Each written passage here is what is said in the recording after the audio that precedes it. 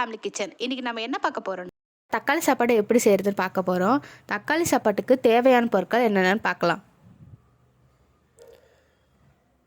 அன்னாச்சிப்பூ, பிரியாணி இலை, லவங்கம், பட்டை, கல்பாசி, பச்சை மிளகாய், இஞ்சி பூண்டு பேஸ்ட்டு, தக்காளி, வெங்காயம், புதினா, கொத்தமல்லி.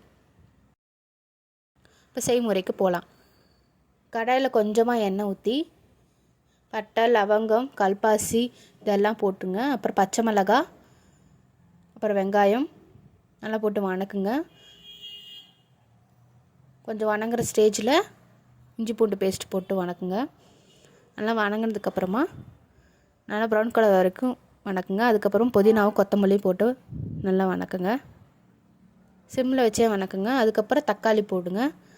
தக்காளியும் வெங்காயமும் சீக்கிரமாக வேகிறதுக்கு கொஞ்சமாக உப்பு போட்டுக்குங்க. உப்பு போட்டு நல்லா வணக்குங்க. அதுக்கப்புறமா பிரியாணி பவுடர், பிரியாணி மசாலா பாக்கெட் வாங்கி அது ஒரு பாக்கெட் ஃபுல்லாக போட்டுருங்க. அதுக்கப்புறம் நல்லா வெந்துச்சுன்னு பார்த்துக்குங்க. வெந்ததுக்கப்புறமா தண்ணி எத்தனை டம்ளர் அரிசி வச்சுங்க அத்தனை டம்ளர், ஒரு டம்ளருக்கு 3 டம்ளர் தண்ணி ஊற்றிக்குங்க. தேவையான அளவுக்கு உப்பு. அதுக்கப்புறம் நல்லா கோச்சதுக்கப்புறமா அரிசி போட்டுக்குங்க.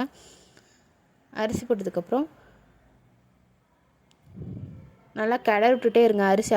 அரிசி போட்டதுக்கப்புறம் அப்பப்போ கிளறி விடுங்க, அடி பிடிக்கும். அதனால் நல்லா கிளறி விட்டுட்டே இருங்க. நல்லா கிளறி விட்டுட்டே இருங்க.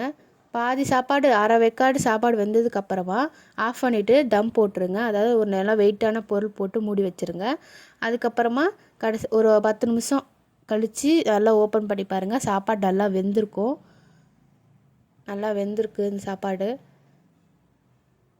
இதே மாதிரி நீங்களும் வீட்டில் ட்ரை பண்ணி பாருங்கள். இதே மாதிரி ஒரு நல்ல ரெசிபியோட அடுத்த வீடியோவில் உங்களை சந்திக்கிறேன். மறக்காம சப்ஸ்கிரைப் பண்ணி பக்கத்தில் இருக்க பெல்லையும் கிளிக் பண்ணுங்கள். அப்போ தான் நான் போடுற வீடியோ உங்களுக்கு நோட்டிஃபிகேஷனாக வரும். Thank you all.